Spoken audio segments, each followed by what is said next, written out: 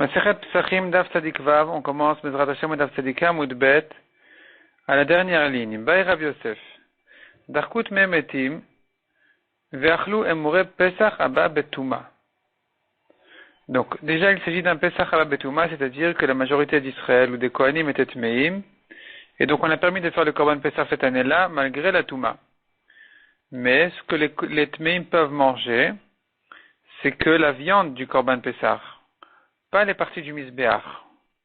Et voilà que, je reprends la phrase maintenant, Darkut Memetim, les gens qui étaient Tmeim pour un mort, se sont bousculés, sont poussés, Ve Achlu Emure Pesach Abba Betuma. Ils ont mangé les parties du Misbéach d'un Pesach qui était fait Betuma.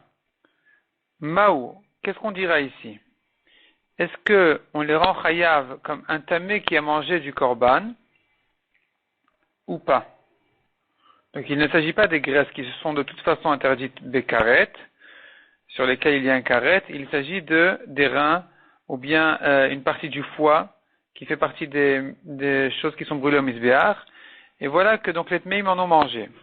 La Gemara demande, est-ce qu'ils sont chayav comme un tamé qui a mangé du korban? La Gemara explique quels sont les deux côtés de la question. Mid ishtere tumat basar, est-ce que je dis de même que, ou du fait qu'on a permis la touma de la viande, la touma pour la viande, ishtere nami tumat et mourine, on va permettre aussi la touma dans les mourines, et donc il n'est pas chayav, celui qui les a mangés, betouma. Odilma, où je dis non, maïde ishtere, ce qui a été permis a été permis.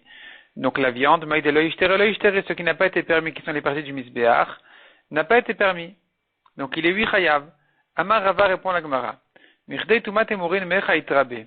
Puisque toute cette halakha de Touma à propos des mourines, d'où on l'a apprise, d'où on a appris que quelqu'un qui a mangé les mourines betouma, il est chayav. D'où on a appris cette halakha, mitoumat basar, de la touma de la viande. Dirtiv comme il est écrit à propos de la viande, un homme tamé qui mange de la viande du korban, la Torah nous dit là-bas, Asher al-Hashem, du korban qui est à Hashem. Ce sont des mots en trop, qui viennent, les rabot et taïmourines, qui viennent inclure les parties du misbéach qui sont Asher al-Hashem, qui sont pour Hashem. De là, on apprend qu'un tamé n'a pas le droit non plus de manger les parties du misbéach avec sa touma, dans sa touma. Et puisqu'on a pris les parties du misbéach dans le contexte de la touma de la viande, de la touma en ce qui concerne manger la viande, donc on pourra apprendre de là aussi que kolecha deita le tumat basar, partout où je crains la touma en ce qui concerne manger la viande, ite le tumat et mourine. Je la crains, je l'interdis aussi en ce qui concerne les mourines. Kolecha deita le tumat basar, mais partout où on ne craint pas la touma de l'homme quand il vient manger de la viande, comme chez nous, un homme tamé mange de la viande du korban pesar qui est fait betouma, l'ete le tumat et mourine, on ne craint pas non plus la touma à propos des mourines. Donc il n'est pas chayav. Bei Rabizera. Emure Pesach Mitzrayim. Nouvelle question. Les parties du Misbéach, en ce qui concerne le Korban Pesach d'Égypte, qui a été fait en Égypte. Donc le premier Korban Pesach dans l'histoire a été fait en Égypte la nuit de Yetziat Mitzrayim, de la sortie d'Égypte. Ils ont fait, donc la veille, ils ont fait le 14 Nissan, ils ont fait le Korban Pesach, et à la nuit, ils l'ont mangé à la maison. Et ici se pose la question, mais il n'y avait pas de Beth Amikdash, il n'y avait pas de Misbéach. Qu'est-ce qu'ils ont fait des parties du Misbéach? Hecha Akterinu, où est-ce qu'ils les ont brûlés? Amar le Abaye lui a dit, Uman le malan de lo shvis keavud, qui nous dit qu'ils n'ont pas tout simplement grillé et mangé. Même ces parties-là, qui doivent être en général au Misbéach, de leur temps il n'y avait pas de Misbéach, ils pouvaient les manger. Veod, et encore, Atana Rav Yosef, Shalosh Misbechot Ayusham. Rav Yosef dit, il n'y avait là-bas en Égypte que 3 misbechot. Quels étaient les 3 misbechot? À la mashkof, velshtamzuzot, autour de la porte, en haut et des deux côtés de la porte. C'est là-bas où on mettait le sang du korban. Vetu mida achrina, lava, et encore autre chose. Il n'y avait pas un troisième endroit qui soit considéré comme un misbech. Donc certainement, ils ont mangé les parties qui sont en général faites au misbech. Cette année-là, ils pouvaient les manger. Mishnah suivante. Ma ben Pesach Mitzrayim et le Pesach d'Orot. Quelles sont les différences entre le Pesach d'Égypte et le Pesach des générations à venir? Pesach Mitzrayim ikrom ibeasor. Le Pesach qui était fait en Égypte, il s'achète le 10 Nissan. Il est fait le 14, 4 jours plus tard. Vetaun Azaa be'agudat ezov. Et on a aspergé de son sang avec Agudat Ezov, un bouquet de Ezov, c'est une certaine plante. Ve'ala mashkov al shtam zuzot, on aspergeait autour de la porte, en haut et des deux côtés. Ve'nechal bechipazon belayla echad, et il se mangeait dans la hâte en une nuit. Donc il y avait de la chôte spéciale. La Torah nous dit avec la ceinture fermée, comme quelqu'un qui se dépêche à sortir, pas comme quelqu'un qui mange tranquillement, comme quelqu'un qui est dans la hâte et qui se presse à sortir. Donc il y a la ceinture fermée, les bâtons dans les mains, les cannes dans les mains, les chaussures aux pieds. Donc c'est vraiment comme des gens qui pensent libres, libres dans le sens qui sortent. Ils sortent de cet exil-là d'Égypte. Donc ça c'est une halakha qui ne concernait que le Pessah d'Égypte. Donc Bechipazon, Belayla Echad, dans la hâte, en une nuit, alors que ou Pessah Dorot Noé Kol Shiva, le Pessah de génération à venir, il dure tous les 7 jours. La Gemara va expliquer qu'est-ce que ça veut dire, le Korban Pessah, on ne le mange pas pendant 7 jours. Demande la Gemara Menala. La Gemara reprend le début de la Mishnah, d'où on sait ces différences entre le Pessah d'Égypte et le Pessah de génération à venir. Dirtiv, donc la première chose qu'on a vue, c'est qu'en Égypte, il était acheté le 10, l'agneau, il avait été consacré le 10 Nissan. 4 jours avant Pessah. Dirtiv, on apprend ça du passage qui dit, Daberu el kol adat Israël est mort. Parlez, Hachem dit à Moshe et à Aaron, à toute l'assemblée d'Israël pour dire, Ve'asor la chodesh hazeh, au 10 de ce mois-là, de Nissan, Ve'ikru, et ils prendront. Ils prendront donc l'agneau. Ze mikromi be'asor, on apprend du mot ha-chodesh hazeh, la chodesh hazeh dans ce mois-ci. Donc ce n'est que cette année-là, cette fois-ci, où le Korban Pessah il est pris mi be'asor au 10 du mois. Ven Pessah dorot mikro mi be'asor, mais le Pessah de génération à venir n'est pas pris le 10 Nissan, il peut être pris même plus tard. On peut le consacrer même plus tard. Et là, mais attends, si c'est comme ça, demande la Gemara que tu déduis du mot hazé, que ça vient exclure les générations à venir. Comment tu comprends le pasuk qui dit, là, la Gemara va nous ramener plusieurs halachot à propos du Korban Pessah, où il est écrit celui-ci, et malgré tout, on n'a pas exclu les générations à venir. Donc la Gemara pose une première question. Il sera pour vous en garde jusqu'au 14e jour la Chodesh Hazeh de ce mois-ci. Achinami, est-ce que ici aussi tu diras, du fait qu'il est écrit de ce mois-ci, on dira aussi Zetaun Bikur Arba Yamim. Celui-ci doit être vérifié 4 jours de défaut, qu'il n'est pas de défaut, Kodem Shrita avant la Shrita. Ve'en acher taun bikur, et un autre agneau de Korban ne doit pas être vérifié 4 jours avant. Ve'atanya ben Bagbag Omer. Or, on voit que c'est pas comme ça. Ben Bagbag dit, Minayin le tamid shetaun bikur arba yamim kodem shrita. D'où sait-on que le Korban tamid, il doit être vérifié 4 jours avant la shrita chez Neymar. Tishmeru la krivli bemoado. Il est écrit à propos du tamid, vous, Tishmeru, vous garderez la krivli bemoado, de le sacrifier pour moi en son temps. Ou là, là, nous, Omer, et cette même notion de garde, on l'a vu à propos du Korban Pessah, comme il est dit, Vaya lachem le mishmeret, il sera pour vous en garde, l'agneau pascal, ad arba asar jusqu'au 14.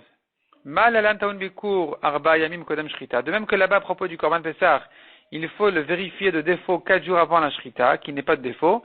Askan, ici aussi le Korban tamid en général, sur lequel il est écrit aussi cette notion de garde, taun bikur arba yamim kodem shrita. Il faut le vérifier 4 jours avant la shrita. Donc on voit que malgré qu'il est écrit à propos de la garde, il est écrit de ce mois-ci, comme on a dit, il sera pour vous en garde jusqu'au 14e jour de ce mois-ci. On ne va pas exclure des mots de ce mois-ci, les générations à venir. Au contraire, on a dit que dans les générations à venir aussi, il faut vérifier le Korban Tamid 4 jours avant et certainement le Korban Pessah aussi. C'est vrai qu'on n'a pas besoin de le consacrer 4 jours avant, on peut le consacrer vraiment au moment de la Shrita, juste avant la Shrita, mais quand même, il faudrait le vérifier 4 jours avant. Donc, je peux vérifier 4 agneaux, 5 agneaux, et en choisir ensuite un pour le Korban Pessah. Mais au moins, celui du Korban Pessah devait être vérifié 4 jours avant. C'est une halakha qui est valable toutes les générations à venir aussi. Donc, on ne fait pas cette draja de déduire et d'exclure du mot ce mois-ci les générations à venir. Répond la Gemara Shani Atam, c'est différent là-bas d'Irtiv Tishmeru. Il est écrit Tishmeru. Donc, du mot Tishmeru, on apprend et on a une dracha spéciale qui vient nous dire qu'il faut aussi ici, à propos du Korban Tamid, le vérifier de défaut 4 jours avant. De la Gzera Shava qu'on a vu Tishmeru et Mishmeret. Dans le Korban Tamid, c'est écrit Tishmeru. Dans le Pessah, c'est écrit Mishmeret. De même que le Pessah, il doit être vérifié 4 jours avant. De même, le Korban Tamid doit être vérifié 4 jours avant. Ou Pessah Dorot Nami actif de Gemara. À propos du Pessah des générations à venir, il est écrit aussi Ve'avat et avoda azot b'chodesh hazeh. On voit que un pasuk dit tu feras la avoda, donc le service de ce korban, b'chodesh hazeh, ce mois-ci. Shiyehu kol avodot chodesh ze keze. Que toutes les avodot donc de ce mois-ci, donc c'est-à-dire le korban Pessah qui fait à toutes les générations à venir, doivent être comme celui d'Égypte. Donc, en réalité, c'est pas une question. La Gemara veut apprendre ici que, de même que pour le Korban Tamid, on a appris une Xerashava de les Mishmeret et Tishmeru, qui vient nous apprendre que ça a été comparé au Pesach Mitzrayim, qu'il faut le vérifier 4 jours avant. De la même manière, on sait que le Pesach des générations à venir doit être vérifié 4 jours avant, du fait que la Torah a comparé les générations à venir au Pesach d'Égypte en disant tu feras ce korban-là ce mois-ci, donc toutes les générations à venir comme aujourd'hui. Donc revient la question, et la hawazé, les meouté, qu'est-ce que vient exclure le mot hazé à propos de la vérification du korban 4 jours avant? Ça vient exclure les meouté pesar sheni de kevaté. Ça vient exclure le pesar sheni, le pesar de Iyar, qui ressemble au pesar d'Égypte dans le sens que ça ne durait qu'un seul jour. Et donc, c'est lui qui a été exclu par le pasuk qui disait, il sera vérifié 4 jours avant, ce mois-ci. Donc, jusqu'au 14 de ce mois-ci, et pas jusqu'au 14 du mois de Iyar, quand on fait le Pesach Sheni. À ce moment-là, on n'aura pas besoin de vérifier le Korban 4 jours avant. Mais dans les générations à venir, il faut vérifier le Korban Pesach 4 jours avant. Et la Me'ata, la Gemara pose une deuxième question maintenant. D'après cette dracha, on doit exclure les générations à venir par le mot hazé, ce mois-ci, ou quelque chose comme ça, ou toutes sortes de mots qui viennent dans ce sens-là. Alors, si c'est comme ça, dirtiv, le pasuk qui nous dit, ve'achluet abasar balayla hazé. Ils mangeront la viande du korban Pesach cette nuit-là, cette nuit-ci, hazé. Hachinami, est-ce que ici aussi on dira, des enechal balayla venacher nechal balayla? Ce n'est que ce korban Pesach qui est mangé la nuit, mais dans les générations à venir, on ne le mange pas la nuit. De même que tu veux dire à propos du pasteur qui disait, celui-ci est acheté il est réservé au 10 du mois, mais pas dans les générations à venir. Donc cette rachat-là, elle est vraie de dire que les générations à venir, on n'a pas besoin de prendre le korban Pesach le 10 Nissan. Est-ce qu'on dira aussi que le pasteur qui vient nous dire, ils mangeront la viande cette nuit-là, ça vient exclure les générations à venir? Répond la Gemara, Amar Kra, Vavata et Avoda Azot. On a déjà dit que la Torah nous dit, tu feras ce korban-là dans les générations à venir, donc les générations sont comparées au Pesach d'Égypte, et donc ça doit être mangé la nuit. Et la Hazé la Mali. Si c'est comme ça, pourquoi la Torah nous a dit Hazé? Cette nuit-là, cette nuit-ci, ça vient exclure quoi? Répond la Gemara, l'équipe de Rabbi Elazar ben Azaria vers Rabbi Akiva. Ce mot Hazé-là, en réalité, on en a besoin pour la marloquette de Rabbi Elazar ben Azaria et Rabbi Akiva dans Masechet Brachot, où on a comparé, on a fait une Xerashava, c'est écrit Hazé à propos de la nuit où on mange le Korban Pessah, c'est écrit Hazé à propos de Yetziat Mitzrayim, où Hachem dit, je vais passer cette nuit-là en Égypte, et de là on va apprendre, selon Rabbi Elazar ben Azaria et Rabbi Akiva, chacun selon son avis, jusqu'à quelle heure on peut manger du Korban Pessah. Est-ce que jusqu'à Chatzot, ou jusqu'au matin? C'est tout un raisonnement, toute une dracha qui est faite dans Masechet Brachot. Donc en tout cas, le mot Hazé, à propos de la nuit où on mange le Korban Pessah, il ne vient pas exclure les générations à venir, il vient pour nous apprendre jusqu'à quelle heure on mange du Korban Pessah. Et là, ta troisième question, demande à Gemara. Dirti vechol arel lo yochal bo. Tout arel, tout homme qui n'a pas été circoncis n'en mangera pas. Achinami, est-ce que ici aussi on fera la déduction qu'on avait dit à propos du 10? Des bo eno ochel, aval ochel et Pessah dorot, ce n'est que de ce Korban-ci, donc du Pessah d'Égypte, qu'un non-circoncis n'en mange pas, mais dans les générations à venir, il peut en manger. À Marikra, répond la Gemara, la Torah nous a dit déjà, Ve'avadta, tu feras le korban, toutes les générations à venir, comme aujourd'hui. Et la bo la mali. Alors pourquoi vient ce mot bo? Qu'est-ce que ça vient exclure? Répond la Gemara, bo eno ochel, ce n'est que du korban Pessah que le non-circoncis ne mange pas, aval ochel be matzah ou maror, mais il mange, oui, de la matzah et du maror. Et là, Meata, nouvelle question de la Gemara. Kol ben echar le yochalbo. Tout étranger n'en mangera pas. Achinami, est-ce que ici aussi on dira de boeno ochel aval ochel pesach dorot? Ce n'est que cette année-là du pesach d'Égypte qu'il ne peut pas en manger, mais dans les générations à venir il peut en manger. Or c'est faux. Un ben echar, un étranger, c'est-à-dire même un juif qui se comporte comme un étranger, qui ne garde pas les mitzvot, qui ne respecte pas les mitzvot, il n'a pas le droit de manger du korban pesach, même dans toutes les générations à venir. Répond la Gemara, Marka ve'avata. La Torah nous a déjà comparé les générations à venir au Pesach d'Égypte. Donc comme on a dit, ve'avata et avoda azot b'chodesh hazeh, tu feras ce korban ce mois-ci. Donc toutes les années, on fait le même korban en Nissan. Et la bo la mali. Alors pour quelle raison la Torah nous a écrit le mot bo à propos de Ben Nechar, de cet étranger-là? Qu'est-ce que ça vient exclure en disant bo? Apparemment c'est que ce korban-là qui ne peut pas être mangé par un étranger. Répond la Gemara, bo hamarat dat poselet. Ce n'est qu'en ce qui concerne le korban Pessah que quelqu'un qui ne respecte pas les mitzvot, eh bien, il est pas soul d'en manger. Ven hamarat dat poselet bitrouma. Mais un moumar qui ne respecte pas les mitzvot n'est pas pasoul pour manger de la trouma. Il peut manger de la trouma. Ve'itzterich lemirtav harel, ve'itzterich lemirtav ben nechar. La Gemara dit, on a eu besoin d'écrire à propos du harel qu'il ne peut pas manger du korban pesach et d'écrire à propos du ben nechar, donc du moumar qui ne respecte pas les mitzvot, qui lui aussi n'en mange pas. Deikat avrachmana harel, si la Torah n'avait écrit que harel, j'aurais dit, mishum de maïs, il est répugnant, il a un corps qui n'est pas un corps d'un juif. Il n'est pas circoncis, donc il n'est pas, c'est pas respectueux vis-à-vis du korban pesach qu'il en mange. Aval ben nechar, l'omaïs, mais un étranger qui physiquement il a l'air d'être un juif, il peut être comme un juif puisqu'il est circoncis, donc il n'est pas répugnant.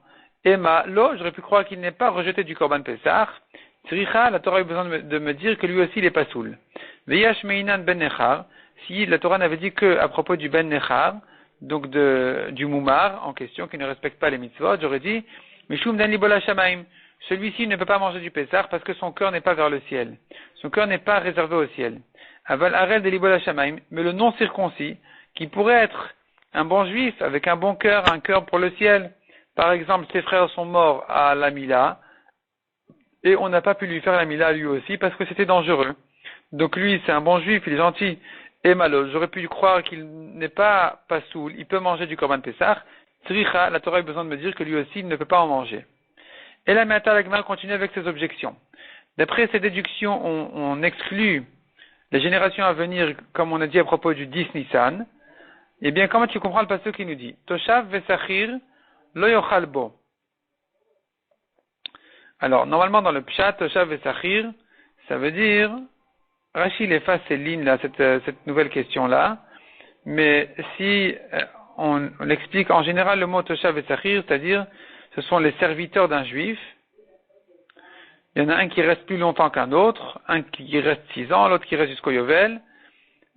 Ou Toshav, c'est un ger Toshav. Donc un ger Toshav, c'est un goy qui a pris sur lui de ne pas faire avodah zara. Mais d'après Rachid, il ne s'agit pas d'un goy, il s'agit d'un juif. Donc Toshav, c'est le juif qui est serviteur, qui s'est vendu et qui travaille jusqu'au Yovel chez son patron.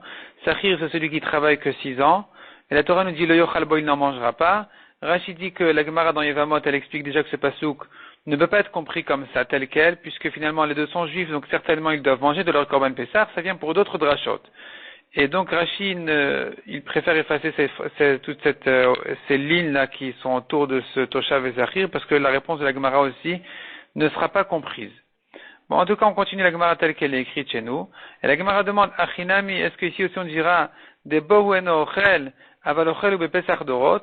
Ici, la Torah nous a dit le yochal bo, le toshav et le sachir n'en mangera pas. Donc, bo de celui-là, il n'en mangera pas. Est-ce que ici aussi on dira, on va déduire comme ce qu'on a dit, que ce n'est que dans le Pessah d'Égypte qu'il ne mange pas.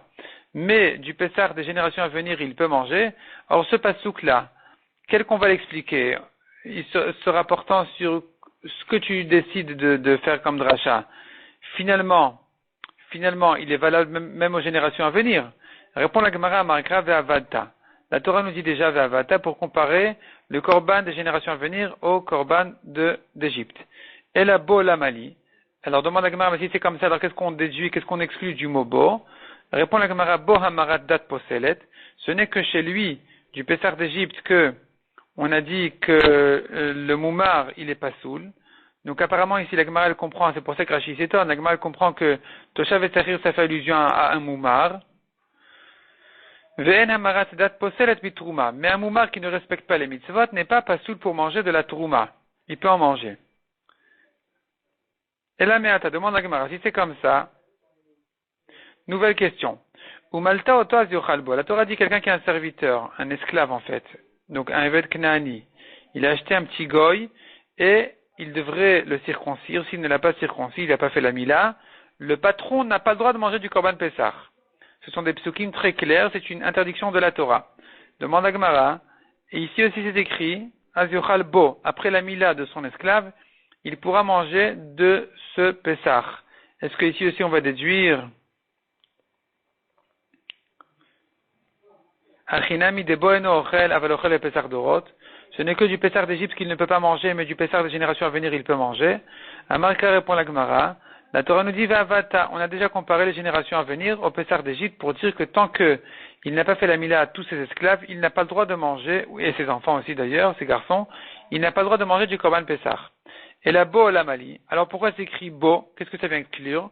Répond la Gemara, bo milad zchara vavadav makevet. Ce n'est que pour le Pessah que il est retenu d'en manger tant qu'il n'a pas fait la mila à tous ses garçons et tous ses esclaves. Ben milat zchara vavadav makevet bitrouma. Mais pour la trouma, c'est pas gênant le fait qu'il ait un enfant, un garçon qui n'a pas fait la mila ou un esclave qui n'a pas fait la mila. Et là, Mata demande à Gemara encore un pasouk. Nirti vetem lo yishberu bo. Un os, ils ne vont pas casser de lui, de ce korban Pessah. Achinami, est-ce que ici aussi on va déduire, on va exclure en disant, les générations en disant des bo et no shover, aval shover et Pessah dorot. Ce n'est que du Pessah d'Égypte qu'il n'a pas le droit de casser un os, mais dans les générations à venir il peut casser un os. Répond la Gemara à Markra, ve'avata. La Torah a déjà comparé la avoda du Pessah d'Égypte aux générations à venir, toutes les avodot qui sont faites ce mois-ci dans toutes les générations, il faut respecter ces halachot là, donc de ne pas casser un os. Et la bo la mali revient à la question pourquoi est-ce que c'est écrit bo? Bo, bekacher, velo bepasoul. Ça vient exclure un korban Pessah qui est pasoul, dans lequel on peut casser un os.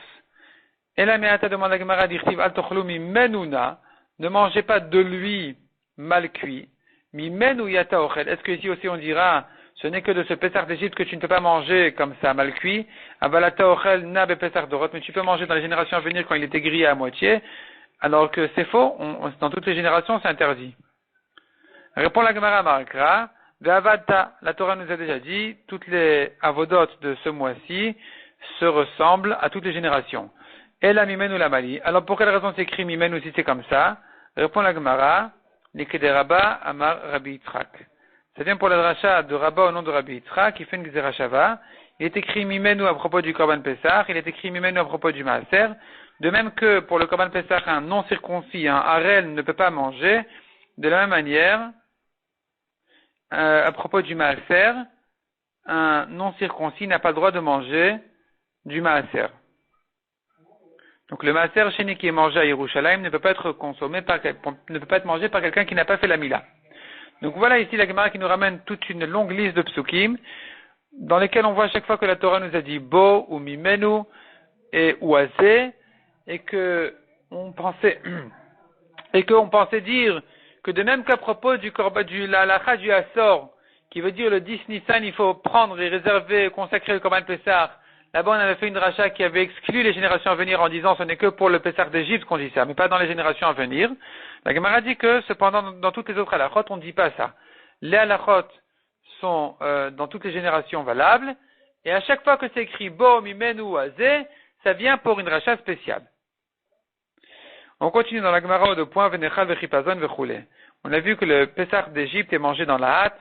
Menalandon, le sed amarka vachaltem oto vechipazon. La Torah nous dit, vous mangerez oto, celui-là, donc le Pessah d'Égypte, vechipazon dans la hâte. Oto nechal vechipazon, ce n'est que celui-ci qui est mangé dans la hâte, venechal nechal vechipazon. Mais dans la génération à venir, on n'a pas cette halakha spéciale qui dit, où la Torah nous dit, Na'alechem beraglechem, makelchem biedchem, donc vos chaussures aux pieds, vos cannes à la main, comme quelqu'un qui s'apprête à sortir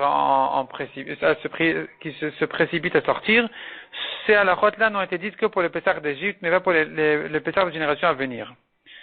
Ou Pessah d'Orot Noé Kol Shiva Vechule. On a vu encore, le Pessah d'Égypte, il est fait une nuit, et les générations à venir, 7 jours. Qu'est-ce que ça veut dire cette phrase-là? Amai Kaï. Sur quoi ça se rapporte qu'on a dit que le Pessah de génération à venir, il est respecté 7 jours? Il est ma à Pessah. Si ça se rapporte sur le Korban Pessah, Pessah Kol Shiva Mika, y a-t-il un Korban Pessah tous les 7 jours? Demande à Gemara. On tourne la page, et là, Chametz. Ça se rapporte sur le Chametz. Le Chametz est interdit pendant 7 jours. Miklal de Pessah Mitzrayim Laila Echad Vetulo. Est-ce qu'on va déduire de là, on va comprendre de là donc, que le Pessah d'Égypte, le Chametz n'a été interdit qu'une nuit, et pas plus. Or, c'est faux. Il a été interdit un jour entier. Tout le 15 Nissan de la sortie d'Égypte, on n'avait pas le temps de manger du Chametz. Ensuite, peut-être que oui, mais il a été interdit tout le 15 Nissan et pas que la nuit. Or, notre Mishnah dit, le Pessah d'Égypte n'était qu'une nuit, des générations à venir, 7 jours. Donc, si on parle du Korban Pessah, on ne comprend pas les générations à venir. Si on parle de l'interdiction du Chametz, on ne comprend pas le Pessah d'Égypte. Parce qu'en Pessah d'Égypte, le Chametz est interdit plus qu'une nuit. Ve'atanya dit la Gemara, on voit dans une braïta. Rabbi Yossi Aglili Omer, Minayin le Pessah Mitzrayim shen chimutzo noeg et la yom echad. D'où sait-on que le Pessah d'Égypte, en chimutzo noeg, son interdiction de Chametz n'est respectée que el yom echad, qu'un seul jour, n'est valable qu'un seul jour.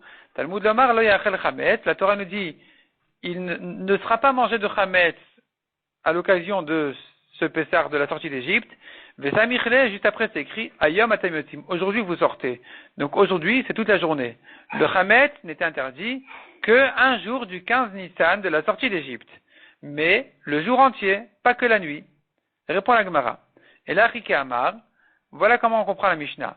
Laila Echad, et là, Rike Amar, Laila Echad, Veuadin le Pessah d'Orot. Le Pessah d'Égypte est mangé pour une nuit. Et il en est de même pour le Pessah des générations à venir qui est mangé pour une nuit, donc jusqu'à minuit ou jusqu'au matin, selon les avis. Vechimutzo kol hayom. Mais en ce qui concerne l'interdiction du Chametz, c'est valable une journée entière dans le Pessah d'Égypte, ou Pessah d'Orot Noël Kol Shiva.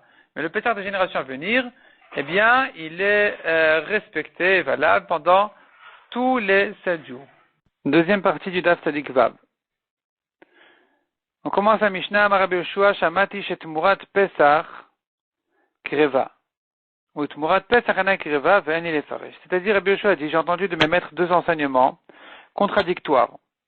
Un qui dit, Tmurat Pesach Kreva. La Tmura, c'est le korban qui a été fait en échange du korban Pesach. Quelqu'un qui dit Zet Tmurat Zet. Cet échange-là, ce korban-là, il est en échange de celui-là. Et donc, j'ai entendu que la Tmurat à Pesach Kreva, on peut la sacrifier en tant que korban kasher, en tant que korban shlamim après Pessah. Et j'ai entendu d'autre part, ou tmurat Pesach anakreva, qu'on ne peut pas sacrifier la tmura du Pessah. Donc on ne peut pas la sacrifier, il faut attendre qu'elle ait un défaut, et après on fait de sa valeur un korban shlamim, ve'en li lefaresh. Je n'ai pas comment résoudre cette contradiction. Je ne sais pas comment expliquer les 2 enseignements contradictoires que j'ai entendus de mes maîtres. Amar Rabbi Akiva ni afaresh. Rabbi Akiva a dit, moi je vais expliquer. A Pesach shenimta kodem shritat a Pesach. Si le korban Pessah, il s'est perdu, l'agneau s'est perdu, on en a consacré un autre, et on l'a retrouvé le premier avant la shrita du deuxième. Yireati Saeb, le premier, on va le laisser paître jusqu'à ce qu'il ait un défaut. Mais Yimacher, Viavi Bedamav Shlamim. Il sera vendu, on amènera de son argent un korban Shlamim. Vechen Tmurato, de même sa Tmura, s'il dit sur un autre agneau Zet Tmuradze, de même que le premier ne peut pas être sacrifié du tout, en tant que Pessah parce qu'on en fait un autre, on a pris déjà le deuxième, en tant que Shlamim non plus parce que celui-là a été retrouvé avant d'avoir fait la Shrita du deuxième Pessah, donc quand on l'a retrouvé, finalement, il voulait être Pessah, il a été repoussé, s'il était repoussé, c'est terminé, définitivement, il ne peut plus servir de Korban Shlamim. Donc de même que le premier a été repoussé définitivement, on ne peut faire que de sa valeur un Shlamim, de la même manière sa Tmura, son échange, pareil. Tandis que, Achar Shritat à Pessah, si on a retrouvé le premier après la Shrita du deuxième, Karev Shlamim, le premier qui a été retrouvé, il s'appelle Motar à Pessah, les restes du Pessah, le reste du Korban Pessah, il est sacrifié lui-même en tant que shlamim, vechen tmurato, de même sa tmura est sacrifiée elle-même shlamim. Donc voilà, il s'agit de deux cas différents. Des fois la tmura elle est sacrifiée, des fois non. Ça dépend si on a retrouvé le Pessah avant, le premier Pessah si on l'a retrouvé avant la shrita du deuxième. Dans ce cas-là, on ne peut pas sacrifier le premier Pessah ni sa tmura. Ou bien on l'a retrouvé après la shrita du deuxième. Dans ce cas-là, on peut faire du premier un shlamim et de sa tmura aussi. Demande à Gemara. Finalement, tout dépend du Pessah lui-même, du premier Pessah, quand est-ce qu'il a été retrouvé. Donc pourquoi on a besoin de parler de la Tmura du tout? C'était pas la peine d'en parler du tout. Donc demande la Gemara, Velem à Pessah Karev, ou Pessah Eno Karev, on devrait dire des fois le Pessah lui-même quand il a été retrouvé, il est sacrifié. Il s'agit qu'il a été retrouvé après la shrita du deuxième. Et des fois le Pessah lui-même n'est pas sacrifié. Il s'agit d'un cas où il a été retrouvé avant la shrita du deuxième. Répond la Gemara, Hakamash Malan. Hakamash Malan, voici le chidouche de la Mishnah qui a voulu parler de Tmura. Deika Tmura ta Pesach de l'Okriva. Il se peut des fois que même la Tmura du Korban Pesach, qui finalement n'a jamais été vraiment consacrée pour le Pesach lui-même, qui devait être sacrifié, qui a été repoussé, finalement la Tmura, elle depuis le début, elle était censée être Shlamim. Donc j'aurais pu croire que dans ce cas-là, on peut la sacrifier Shlamim, même si on a retrouvé le Pesach lui-même avant la Shrita du deuxième. On pourrait faire de sa Tmura qui n'a pas été consacré pour le Pessah lui-même, ça n'a toujours été qu'une Tumura, qu'un échange. Donc j'aurais pu croire qu'on pourrait faire de cette Tumura un Shlamim, et on vient nous apprendre que non, on ne peut pas faire, puisque c'est la Tumura d'un Pessah qui ne peut pas être sacrifié, la Tumura non plus n'est pas sacrifiée. Itmar. Rabba Amar, Kodem Shrita ou Lacha Shrita Shalinu. Selon Rabba, tout dépend de avant ou après la Shrita. Donc, la question, tout dépend, est-ce qu'on a retrouvé le premier Pessah avant ou après la Shrita? Et c'est là on a dit que si on l'a retrouvé avant, alors on ne peut pas le sacrifier, après on peut le sacrifier. Rabbi Zera Amar, Kodem Chatzot ou Lachar Chatzot Shalinu. Selon Rabbi Zera, c'est pas une question de Shrita, c'est une question d'heure. Est-ce qu'on a retrouvé le premier Pessah avant Chatzot ou après Chatzot? Si on l'a retrouvé avant Chatzot, donc quand arrive l'heure de Chatzot, qui est l'heure de la Shrita, nous avons maintenant deux agneaux devant nous. Le premier est repoussé, terminé, on ne peut plus le faire, on a le deuxième déjà. Donc le premier, il ne peut plus servir de korban du tout, ni pour Pessah, ni pour Shlamim. On fera de sa valeur un Shlamim une fois qu'il aura un défaut. Tandis que si on l'a retrouvé qu'après Chatzot, puisqu'à l'instant de Chatzot, le deuxième était devant nous, c'est lui qui était destiné à être un Pessah. Le premier, automatiquement, a changé de statut de Pessah à Shlamim. On pourra en faire de lui-même un korban Shlamim. Demande la Gemara de Rabbi Zera. Selon Rabbi Zera qui dit tout ne dépend que de Chatzot, Aktane Kodem Shritata Pesach, on a vu pourtant dans la Mishnah, avant la Shrita du Pesach, on n'a pas parlé de Chatzot, on a parlé de est-ce qu'il était retrouvé avant la Shrita ou après la Shrita. Répond la Gemara, Ema Kodem Zman Shritata Pesach. Il faut comprendre dans la Mishnah que quand on a parlé de la Shrita, ça veut dire l'heure de la Shrita qui est Chatzot. Ketanae, la Gemara dit c'est déjà une marloquet Tanaïm, a Pesach Shenimtza Kodem Shrita Yir'e Leachar Shrita Ikrav. Le Pessah qui était retrouvé, une fois qu'on l'a perdu, on l'a retrouvé ensuite, avant la Shrita du deuxième, donc on va l'envoyer paître jusqu'à ce qu'il ait un défaut. Si on l'a retrouvé après la Shrita, il pourra sacrifier lui-même comme Shlamim. Rabbi Eliezer Omer, Kodem Chatzot, Yir'e, Le'achar Chatzot Ikrav. Tandis que selon Rabbi Eliezer, comme Rabbi Zera, ça dépend s'il était retrouvé avant Chatzot. Dans ce cas-là, eh bien, on a un problème avec lui, parce qu'à l'heure de Chatzot, il était déjà là. Il s'attendait à ce qu'on le sacrifie, et on n'a pas pu. Donc il ne pourra pas servir de shlamim. Il devra paître jusqu'à ce qu'il ait un défaut. Tandis que si on l'a retrouvé après Chatzot, même si on n'a pas encore fait la shrita du deuxième, puisque à l'instant de Chatzot on avait déjà le deuxième, eh bien c'est le deuxième qui devient Pessah, le premier qui devient un shlamim. Et donc, puisque le premier est devenu shlamim, alors on pourra sacrifier même le premier. On continue la Gemara. Achar shritat à Pessah avi shlamim vechule. On a dit que si on a retrouvé le premier après la shrita du Pessah, on n'en fera un shlamim. Amarava, loshanula shenimtza achar shrita ve'emir bo achar shrita. Quand est-ce qu'on a dit qu'on fait de cette moura là un shlamim? Dans le cas où on a retrouvé le premier après la shrita du deuxième, et que donc la tumura aussi a été faite après la shrita du deuxième. C'est là où je peux faire du premier un shlamim et de cette moura aussi. Avalimta kodem shrita ve'emir bo achar shrita. Mais si on a retrouvé le premier avant la shrita, et qu'on a fait la Tmura après la Shrita, Tmurato mikor kedusha d'chuya ke'ata. Puisque la Tmura est venue d'une force, elle est venue d'une origine, d'une kedusha qui était repoussée. alors on ne peut pas sacrifier la Tmoura, de même qu'on ne pouvait pas sacrifier l'origine, qui était le Pessah lui-même, le premier Pessah. Donc Velo Kreva. Donc c'est-à-dire comme ça. Lui, l'ordre des choses s'est passé comme ça. Il a consacré un Pessah. Il a perdu. Il a pris un autre. Il a retrouvé le premier. Il a fait la shrita du deuxième. Après ça, il a fait une Tmoura sur le premier. De même que le premier ne peut pas servir de shlamim, de la même manière le deuxième ne peut pas servir lui-même de shlamim. Malgré que la shrita du deuxième a déjà été faite, mais puisque le deuxième, il vient en échange du premier qui ne peut pas être sacrifié comme shlamim, donc son échange non plus. Et il va Abaye. Abaye objectait Rava, ou selon la correction du bar, c'est Rabat en fait. Abaye se base sur une brata qui fait une dracha sur le passou qui dit Im Kesev. Il est écrit à propos du korban shlamim, si c'est un agneau, un mouton qu'il vient sacrifier. Matalmud lomar im kesev. Qu'est-ce qu'on apprend du mot im kesev? Le mot im étant trop. Les rabot, tumurat a pesach, achara pesach, pour nous apprendre que l'échange d'un korban pesach après pesach, chez Kreva shlamim, c'est sacrifié comme un korban shlamim. Donc de ce pasouk-là, de ce mot en trop, on apprend que nous avons encore un korban qui vient en tant que shlamim, qui est l'échange du pesach. Echidami, de quoi il s'agit? Qu'on viendrait faire de la tumura d'un pesach un korban shlamim lui-même. Il est machenimta achar shrita ve'mirbo achar shrita. S'il s'agit d'un cas où le premier a été retrouvé après la shrita du deuxième et que donc la tumura a été faite ensuite, pshita, la malikra, c'est évident. Pourquoi j'ai besoin d'un pasouk? Puisque le pesach lui-même devient un shlamim comme on l'apprend d'ailleurs, sa tumura évidemment qu'elle est shlamim, c'est pas la peine de me l'apprendre de ce pasouk ici que la tumura d'un pesach est shlamim. Et là, certainement ce pasouk là il vient nous apprendre. Shenimta kodem shrita, le premier pesach a été retrouvé avant la shrita du deuxième. Ve'emir bo achar shrita, mais la tmoura a été faite après la shrita du deuxième, c'est pour ça qu'on peut sacrifier la tmoura elle-même, malgré que c'est une tmoura qui se rapporte sur le premier, qui lui-même ne peut pas servir de shlamim, sa tmoura pourra servir de shlamim elle-même. Donc c'est ça ce que le pasuk viendrait nous apprendre. On repousse la Gemara, non, on n'a pas d'objection ici, la Gemara répond, Leolam shenimta achar shrita ve'emir bo achar shrita. En réalité, on parle toujours que on a retrouvé le premier pesach après la shrita du deuxième et la tmoura a eu lieu ensuite.